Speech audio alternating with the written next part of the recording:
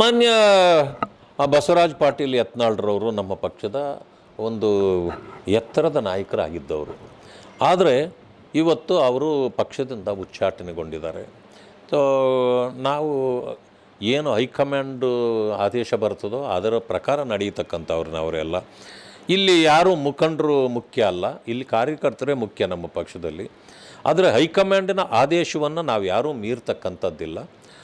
ಇವತ್ತು ಅವರನ್ನು ಉಚ್ಚಾಟನೆ ಮಾಡಿದ ಮೇಲೆ ನಾವು ಅದನ್ನು ಅನಿವಾರ್ಯ ಒಪ್ಪಲೇಬೇಕು. ಆದರೆ ಇದು ಆಗಬಾರ್ದಾಗಿತ್ತು ಅನ್ನೋದು ನನ್ನ ಮಾತು. ಅಂದರೆ ಹೇಗೆ ಅಂದರೆ ಇದಕ್ಕೆ ಹೈಕಮಾಂಡಿಂದ ಆಗಬಾರ್ದಲ್ಲ. ಮಾನ್ಯ ಯತ್ನಾಳ್ ಸಾಹೇಬ್ರೆ ಇತಿಮಿತಿಯಲ್ಲಿ ಹೋಗಿದ್ದರೆ ಇದೆಲ್ಲ ಸಮಸ್ಯೆ ಬರ್ತಿರಲಿಲ್ಲ. ಅವರು ವಿರೋಧ ಪಕ್ಷಗಳನ್ನು ವಿರೋಧಿಸೋದ್ರ ಬದಲು ನಮ್ಮ ಪಕ್ಷವನ್ನೇ ವಿರೋಧಿಸಿದರು ಅನ್ನೋದು ಅನೇಕ ಕಾರ್ಯಕರ್ತರ ಒಂದು ಮಾತುಗಳು. ಅನೇಕ ಸಾರಿ ನಾನು ಎಲ್ಲರಿಂದ ಇದು ಮಾಡಿದ್ದೇವೆ. ಶಿಸ್ತು ಪಕ್ಷ ಅಂತ ಮಾತಾಡ್ತೀವಿ, ಇವತ್ತು ಪಕ್ಷದಲ್ಲೇ ಶಿಸ್ತಿಲ್ಲ, ಯಾಕೆ ನೀವು ಅವರ ಬಗ್ಗೆ ಕ್ರಮ ಜರುಗಿಸಲ್ಲ ಅಂತ. ಆದ್ದರಿಂದ ಈಗ ಹೈಕಮಾಂಡು ಕ್ರಮ ಜರುಗಿಸಿದೆ. ಇವತ್ತು ಅವರು ನಮ್ಮ ಪಕ್ಷದಿಂದ ಹೊರಗಡೆ ಹೋಗುವಂಥ ಪರಿಸ್ಥಿತಿ ಉದ್ಭವ ಆಗಿದೆ. ಆದರೆ ಕಾರ್ಯಕರ್ತರು ನಮ್ಮಲ್ಲಿ ಎಲ್ಲರೂ ಕೂಡ ಪಕ್ಷದಲ್ಲಿ ತೊಡಗಿಸ್ಕೊಂಡು ಕೆಲಸ ಮಾಡ್ತಕ್ಕಂಥವ್ರು. ಇಲ್ಲಿ ನಾಯಕರು ಮುಖ್ಯ ಅಲ್ಲ, ಕಾರ್ಯಕರ್ತರೇ ಮುಖ್ಯ. ಆದ್ದರಿಂದ ನಾವೆಲ್ಲರೂ ಸೇರಿ ಒಗ್ಗಟ್ಟಿನಿಂದ ಪಕ್ಷವನ್ನು ಕಟ್ತೇವೆ. ಖಂಡಿತವಾಗಿಯೂ ಅಲ್ವೇ. ಈಗ ಛಲವಾದಿ ನಾರಾಯಣಸ್ವಾಮಿ ಇಲ್ಲ ಅಂದ ತಕ್ಷಣ ಬಿ ಜೆ ಪಿಯನ್ನು ಬಾಗಿಲು ಮುಚ್ಚೋದಿಲ್ಲ ಅಲ್ವೇ? ಯಾರೇ ಅಷ್ಟೇ. ನಾವು ಪಕ್ಷಕ್ಕೆ ಅನಿವಾರ್ಯ ಅನ್ನೋದಕ್ಕಿಂತ ಪಕ್ಷ ನಮಗೆ ಅನಿವಾರ್ಯ. ಪಕ್ಷ ನಮ್ಮೆಲ್ಲರಿಗಿಂತ ದೊಡ್ಡದು. ಯಾವಾಗ ಪಕ್ಷಕ್ಕಿಂತ ನಾವೇ ದೊಡ್ಡವರು ಅಂತ ಹೋಗ್ತೀವೋ ಇಂಥ ವಿಪರ್ಯಾಸಗಳನ್ನು ಕೂಡ ನಾವು ಅನುಭವಿಸ್ಬೇಕಾಗತ್ತೆ. ನೋಡಿ, ಸೂಟ್ ಕೇಸ್ ರಾಜಕಾರಣ ಎಲ್ಲಿ ನಡೀತಾ ಇತ್ತು ಅಂತೇಳಿ ಅವರೇ ಹೇಳಬೇಕು, ನನಗೆ ಗೊತ್ತಿದೆಯಾ?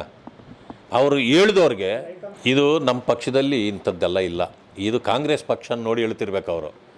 ನಾನಿವತ್ತು ವಿರೋಧ ಪಕ್ಷದ ನಾಯಕ. ನಾನು ಮೊದಲು MLC ಆದೆ, ಯಾರೂ ನನ್ನ ಹತ್ರ ಅರ್ಧ ಕಾಫಿ ಟೀ ಕುಡ್ದಿಲ್ಲ. ವಿರೋಧ ಪಕ್ಷದ ನಾಯಕ ಆದೆ, ಒಂದು ಅರ್ಧ ಕಾಫಿ ಟೀ ಯಾರೂ ಕುಡ್ದಿಲ್ಲ. ನಾನು ಇಷ್ಟೊಂದು ಸ್ವಚ್ಛವಾಗಿದೆ ನನ್ನ ಪಾರ್ಟಿ ಅಂತ ಹೇಳ್ಕೊಳ್ಳಿಕ್ಕೆ ನನಗೆ ಖುಷಿ ಆಗುತ್ತೆ. ಅದರಲ್ಲೇ ಸೂಟ್ ಕೇಸು ಬ್ರೀಫ್ ಕೇಸು ನೀವು ಮಾತಾಡಿದರೆ ಅದು ನಿಮ್ಮ ಸಮಸ್ಯೆ, ನನ್ನ ಸಮಸ್ಯೆ ಅಲ್ಲ. ಈಗ ಈ ಕಾಂಗ್ರೆಸ್ ಇರೋದೇ ಏರಿಸಲಿಕ್ಕೆ, ಯಾವುದನ್ನು ಇಳಿಸೋ ಪರಿಸ್ಥಿತಿಯಲ್ಲಿ ಅವರಿಲ್ಲ. ಅವರು ಇಳಿಯೋ ಪರಿಸ್ಥಿತಿಗೆ ಬಂದವ್ರೆ. ಏರಿಸಿ ಅವ್ರು ಇಳಿಯೋ ಪರಿಸ್ಥಿತಿಗೆ ಬಂದವ್ರೆ. ಪೆಟ್ರೋಲ್ ಏರಿಸಿದ್ರು, ಡೀಸೆಲ್ ಏರಿಸಿದ್ರು, ಸ್ಟ್ಯಾಂಪ್ ಡ್ಯೂಟಿ ಏರಿಸಿದ್ರು, ಹಾಲಿನ ದರ ಅವತ್ತು ಏರಿಸಿದ್ರು. ಇವತ್ತಿಗೆ 3 ಸಾರಿ ಏರಿಸಿದ್ದಾರೆ, 9 ರೂಪಾಯಿ ಆಗಿದೆ. ಬರೀ 4 ರೂಪಾಯಿ ಮಾತ್ರ ಈಗ ಏರಿಸಿದ್ದೀವಿ, ಅದನ್ನು ಇದು ಕೊಡ್ತೀವಿ ರೈತರಿಗೆ ಅಂತ ಹೇಳಿದ್ದೀರಿ. ನಿಮ್ಮ ಸರ್ಕಾರ ಬರಬೇಕಾದ್ರೆ ಗ್ಯಾರಂಟಿಗಳ ಜೊತೆಯಲ್ಲಿ ಘೋಷಣೆ ಮಾಡಿದ್ದೇನೋ ಯಾವುದರ ಬೆಲೆನೂ ನಾವು ಏರಿಸಲ್ಲ ಅಂತ. ಮತ್ತು ಯಾಕೆ ಏರಿಸ್ತಾ ಇದ್ದಾರೆ ಅಂದರೆ ಸರ್ಕಾರ ನಡೆಸಲಿಕ್ಕೆ ಅವರಿಂದ ಆಗ್ತಾಯಿಲ್ಲ. ಈಗ ದಲಿತರಿಗೆ ಬಹಳ ಧೋಖ ಮಾಡಿದ್ದಾರೆ, ಅನ್ಯಾಯ ಮಾಡಿದ್ದಾರೆ, ಮೋಸ ಮಾಡಿದ್ದಾರೆ. 39,000 ಕೋಟಿ ಅವ್ರಿಗಾಗಿ ಇಟ್ಟಿದ್ದ ಮೀಸಲು ಹಣವನ್ನು ತಿಂದಾಕಿದ್ದಾರೆ. ಗ್ಯಾರಂಟಿ ನಿಮಗೆ ಕೊಡ್ತೀವಿ ಅಂದರು, ಗ್ಯಾರಂಟಿ ಕೊಡಲೇ ಇಲ್ಲ. ದಲಿತರ ಹಣ ದಲಿತರಿಗೆ ಕೊಟ್ಟರೆ ಗ್ಯಾರಂಟಿ ಅಲ್ಲ. ಎಲ್ಲರಿಗೂ ಗ್ಯಾರಂಟಿ ಹಣ ಕೊಡ್ತೀವಿ, ಅವ್ರಿಗೆ ಯಾಕೆ ವಂಚನೆ ಮಾಡಿದರೆ ಕೊಡ್ತೀರಾ? ವಂಚಕರ ಸಂತೆ ಇದು. ಕಾಂಗ್ರೆಸ್ ಅಂದ್ರೇ ವಂಚಕರ ಸಂತೆ ಇದ್ದಂಗಿದು. ಈ ಸಂತೆ ವ್ಯಾಪಾರ ನಡೀತಾ ಇದೆ ಅಷ್ಟೇ.